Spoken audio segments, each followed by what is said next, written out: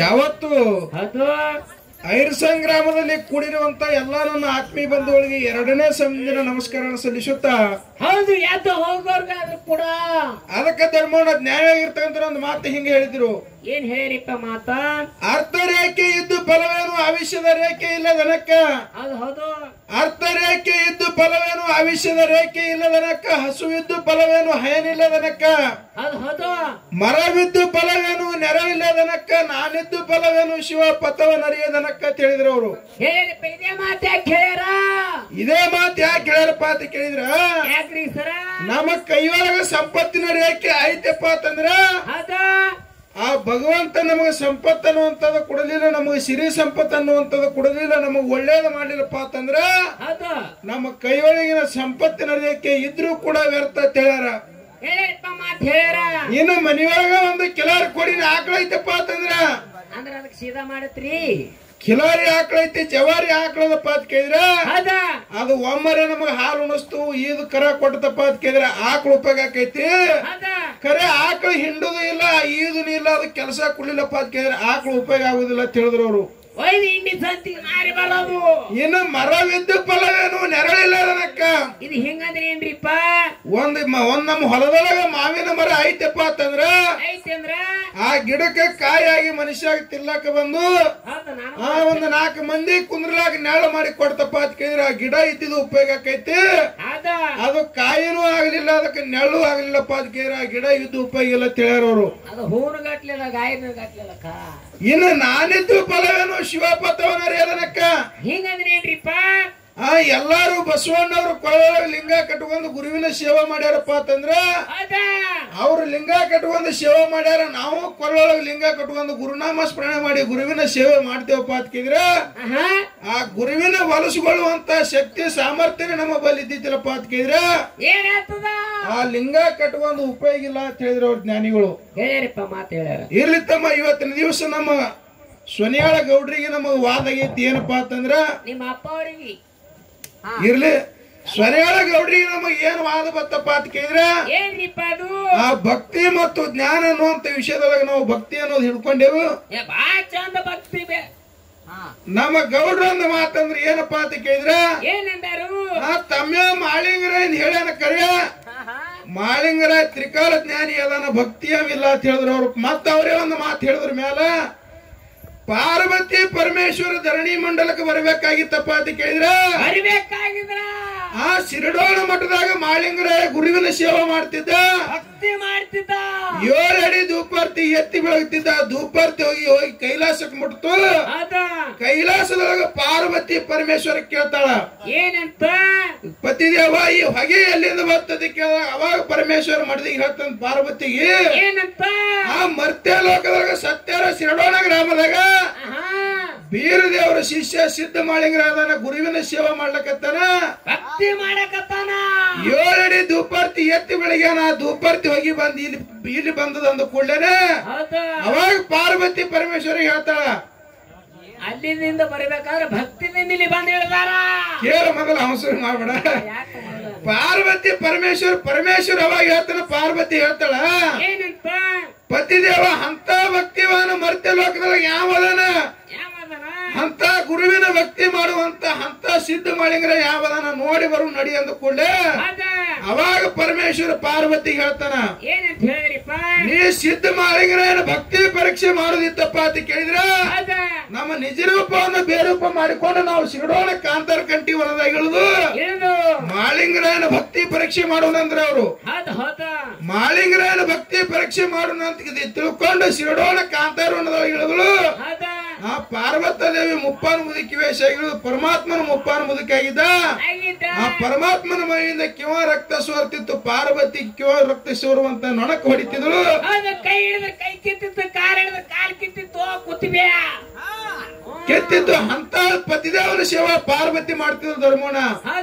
ಅವಾಗ ಗುರುವಿನ ಸೇವಕ ಮಾಳಿಂಗರ ಹೋಗುವಂತ ಟೈಮ್ ಒಳಗ ಆ ಆ ಕಾಂತಾರ ಕಂಟಿ ಒಳಗ ನೆಳತಿದ್ರು ಪಾರ್ವತಿ ಪರಮೇಶ್ವರ ನೆಳುವಂತ ಮಾತು ಏನೈತಪ್ಪ ಅಂತಂದ್ರ ಅವಾಗ ಮಾಳಿಂಗರ ಇಂತ ಕಾಂತಾರ ಕಂಟಿ ಒಳಗ ಯಾರದಾರ ನೋಡ್ತಾನ. ಅವಾಗ ಅವ ಭಕ್ತಿ ಗುರುವಿನ ಭಕ್ತಿ ಹೋಗುವಂತ ಟೈಮ್ ನೋಡಿ ಪಾರ್ವತಿ ಪರಮೇಶ್ವರನ ಗುರ್ತಾ ಹಿಡಿದು ಅವಾಗ ಹೋಗಿ ಕೇಳ್ತಾನೆ ಇಂತ ಪರಿಸ್ಥಿತಿ ಬರ್ಲಾಕ ಏನ ಕಾರಣ ಅಂದ ಕೂಡಲೇ ಪರಮಾತ್ಮ ಹೇಳ್ತಾಳ ಪಾರ್ವತಿ ಅವನಿಗೆ ಕಿವ ರಕ್ತ ಸೋರ್ತೈತಿ, ಕಿವ ರಕ್ತ ಕಡಿಮೆ ಆಗ್ಬೇಕಾಗಿತ್ತಪ್ಪ ಅಂತ ಕೇಳಿದ್ರ ಆ ಮಾಳಿಂಗರಾಯನ ರಕ್ತ ಹಚ್ಚಿದ್ರೆ ಕೂಡ ಹೊಟ್ಟೆನ ಕಳ್ಳು ಹೊಡೆದು ರಗತ ಹಚ್ಚಿದ್ರೆ ಕಡಿಮೆ ಆಕೈತಿ ಅಂತ ಹೇಳಿದ್ರು ಅವರು. ಇಲ್ಲಿ ನಮದೊಂದು ಗೌಡ್ರಿಗೆ ಏನ್ ಕೇಳೋದಪ್ಪ ಅಂತ ಕೇಳಿದ್ರ ಅಂತ ಪರಮಾತ್ಮನ ರೋಗ ಕಮ್ಮಿ ಆಗಿತ್ತಪ್ಪ ಅಂತ ಕೇಳಿದ್ರ ಆ ಭಕ್ತಿ ಮಾಡುವಂತ ಮಾಳಿಂಗರಾಯನ ರಕ್ತ ಯಾಕೆ ಬೇಕಾಗಿತ್ತು? ಇನ್ನು ಅನೇಕ ಮಂದಿ ಇದ್ರಲ್ಲ ಜ್ಞಾನದವರು, ಮಾಳಿಂಗರಾಯನ ಭಕ್ತಿ ಮಾಡಬೇಕು, ಭಕ್ತಿ ಪರೀಕ್ಷೆ ಮಾಡ್ಲಕ್ ಬಂದು ಪರಮಾತ್ಮನ ರೋಗ ಕಡಿಮೆ ಆಗಿ ಆಗ್ಬೇಕಾಗಿತ್ತಂದ್ರ ಕೂಡ ಭಕ್ತಿ ಮಾಡ್ಯಾನ ಅವನು ಬೇಕಾಗಿತ್ತು. ಇಂತ ಮಾಳಿಂಗರಾಯನ ರಕ್ತನೇ ಯಾಕೆ ಬೇಡದ್ರು ಅವರು? ಮತ್ತೆ ಕೈಲಾಸ ಬಿಟ್ಟು ಮರ್ತ್ಯ ಲೋಕಕ್ಕೆ ಬರೋಂತ ಟೈಮ್ದಲ್ಲಿ ಏನ್ ಹೇಳಿದ್ರು ಗೌಡ್ರು? ಮಾಳಿಂಗರಾಯನ ಭಕ್ತಿಗಾಗಿ ಬಂದಾರ. ನಮಗ ಅನಿಸ್ತೈತಿ ಗೌಡ್ರಿಗೆ 60 ವರ್ಷಗೆ ಅವ ಶಾಟ್ ಹೊಡೆದಂಗ ಆಗ್ಲತ್ತ ಧರ್ಮೋಣ. ಇಲ್ಲ ಅವ್ರ ವಯಸ್ಸು ಬಾಳ ಆಗ್ಯಾವ. ಅದು ಗೌಡ್ರ ತಪ್ಪ ಅಲ್ಲ, ಅದು ವಯಸ್ಸು ತಪ್ಪದ. ನಿಂದ ತಪ್ಪಲ್ಲ, ಗೌಡ್ರ ತಪ್ಪ. ಹೆಂಗಪ್ಪ ಅದಕ್ಕೆ ಮತ್ತೊಂದು ವಚನ ಹೇಳಿದ್ರ ಅವರು, ಯಾತರ ಹೂ ಇದ್ದಾರೇನೋ ನಾ ತಿಂದರೆ ಸಾಕು, ಯಾತರ ಹೂ ಇದ್ದಾರೇನೋ ನಾ ತಿಂದರೆ ಸಾಕು, ಭಕ್ತಿನೇ ಬೇಕು ಅಂದಾರ. ಅವ್ರಿಗೆ ಸಕಲಕ್ಕೂ ಭಕ್ತಿನೇ ಬೇಕು, ಸರ್ವಜ್ಞಾತ್ರ ರೊಕ್ಕ ಸ್ವೀಕರಿಸುವಾಗ ಮಾಡಿದ್ರು ಅವರು.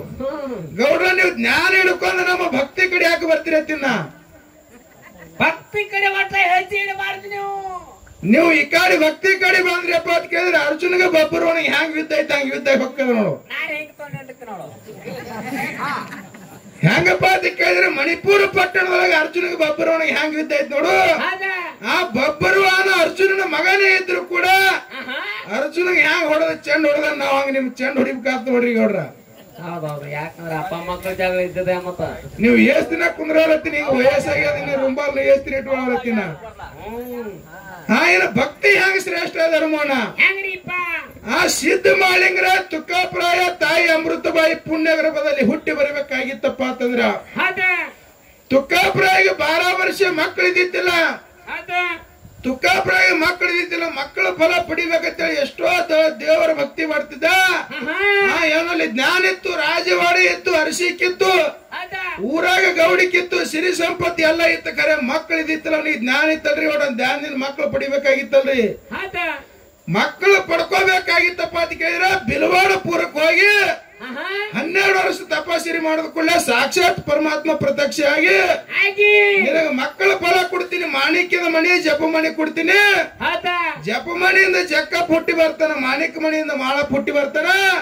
ಮುಂದೆ ಲೋಕ ಉದ್ಧಾರ ಆಕೈತಿ ಇವ್ರದಿಂದ ಹೇಳಿ ಪರಮಾತ್ಮ ಹೇಳಿದ ಕೂಡಲೇ ಅಲ್ಲಿ ತುಕ್ಕಾಪ್ರಾಯ ತಪಾಸಣೆ ಕೂತು ಪರಮಾತ್ಮನ ಭಕ್ತಿ ಮಾಡಿ ಭಕ್ತಿದಿಂದ ಮಕ್ಕಳು ಪಡ್ಕೊಂಡ್ರಿ ಗೌಡ್ರ. ಇವ್ರು ಭಕ್ತಿಯವ್ರದಾರ್ರಿ.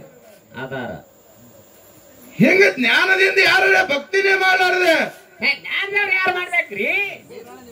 ಎಲ್ಲಾರ ಭಕ್ತಿ ಮಾಡಲಾರ್ದೇನೆ ಮಕ್ಕಳು ಹುಟ್ಟಿರಪ್ಪ ಅಂತ ಕೇಳಿದ್ರೆ ತುಕ್ಕಾಪ್ರಾಯಿಗೆ ಭಕ್ತಿ ಮಾಡ್ಯಾನವ. ಅಲ್ಲಿ ಅವನಿಗೆ ಜ್ಞಾನ ಇತ್ತಪ್ಪ ಅಂತ ಕೇಳಿದ್ರೆ ಅವನ ಮನೆಗೆ ತಂದು ಕೊಡ್ಬೇಕಾಗಿತ್ತು. ಶಿವನು ಮಾಣಿಕ್ಯ ಮಣಿ ಜಪಮಣಿ ಯಾಕೆ ಕೊಡ್ಲಿಲ್ಲ ಅಂತ ನಾ ಕೇಳ್ತೀನಿ ಗೌಡ್ರಿಗೆ. ಇಲ್ಲಿ ಭಕ್ತಿದೊಂದು ಬಂದಾರೋ ಜ್ಞಾನದೊಂದು ಬಿಟ್ಟೆ ಬಂದಾರ? ಅದಕ್ಕೆ ಅವ್ರು ಭಕ್ತಿ ಪರೀಕ್ಷೆ ಮಾಡ್ಲಕ್ಕ ಬಂದಾರ. ಇನ್ನು ಬೀರ ದೇವರ ಗೋಡಾಗೇರಿ ಗುಡ್ಡದೊಳಗೆ ತಪಾಸಣೆ ಮಾಡೋದು ಧರ್ಮೋಣ. ಹೆಂಗ್ರಿಪ್ಪ? ಬೀರ ದೇವರ ಗೋಡಾಗೇರಿ ಗುಡ್ಡದೊಳಗೆ ಹಗಲು 12 ವರ್ಷ, ಇರುಳು 12 ವರ್ಷ, 24 ವರ್ಷ ತಪಾಸಣೆ ಮಾಡ್ದ. ಅವ ತಪಾಸಣೆ ಮಾಡ್ಬೇಕಾಗಿತ್ತಪ್ಪ ಅಂತ ಕೇಳಿದ್ರೆ ಅಲ್ಲಿ ಜ್ಞಾನದಿಂದ ಗೊತ್ತಿಲ್ಲ.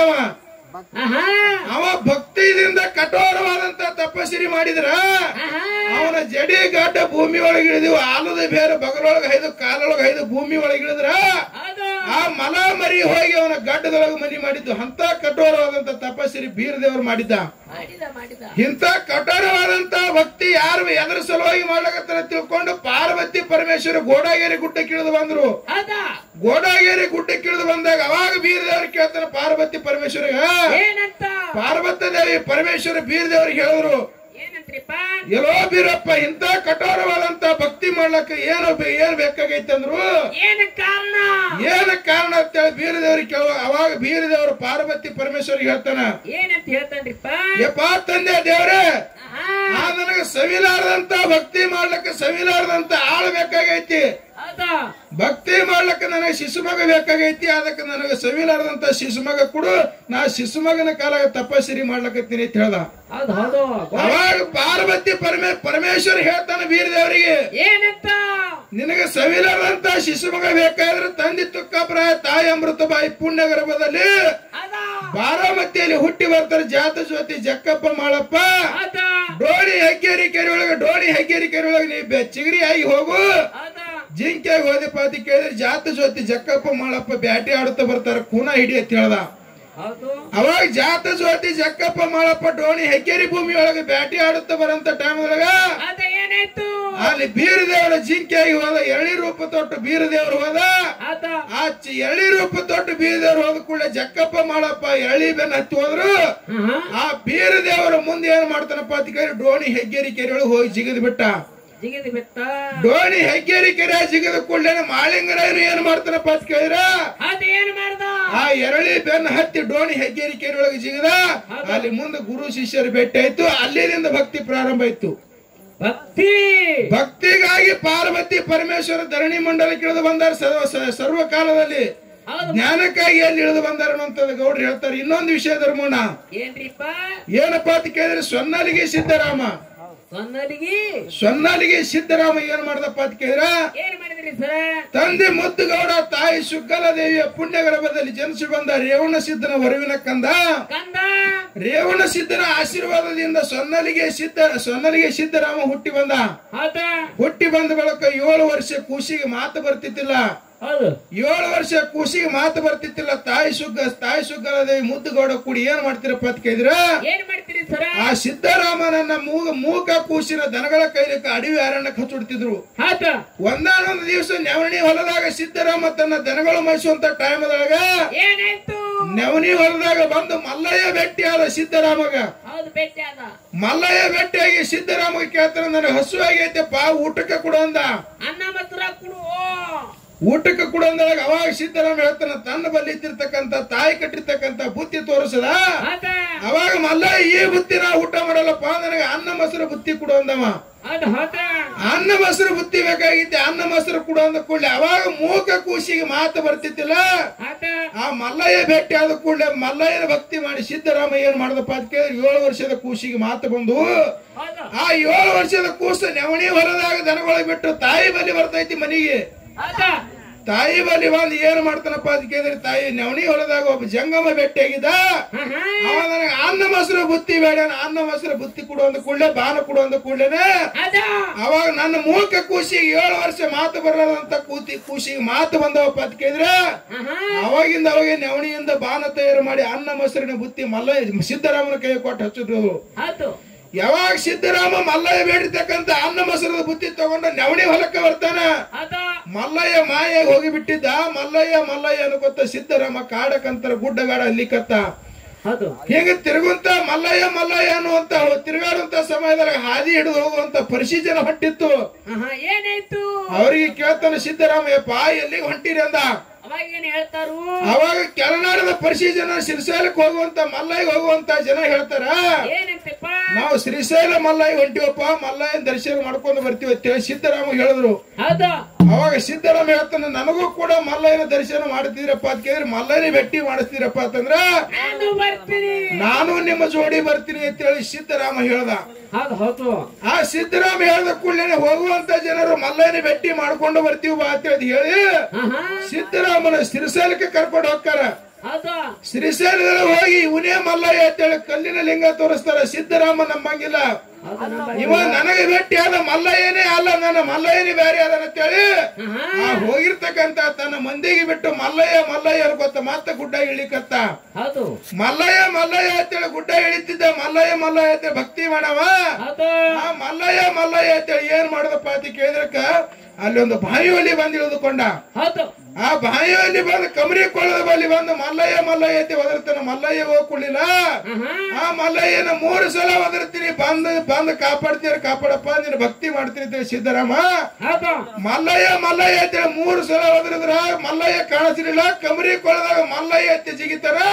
ಆ ಭಕ್ತಿ ಮಾಡುವಂತ ಮಲ್ಲಯ್ಯ ಬಂದು ಸಿದ್ದರಾಮ ಕೈ ಹಿಡಿದು ಎತ್ತಿ ಮ್ಯಾಲ ಹಿಡಿತಾನ.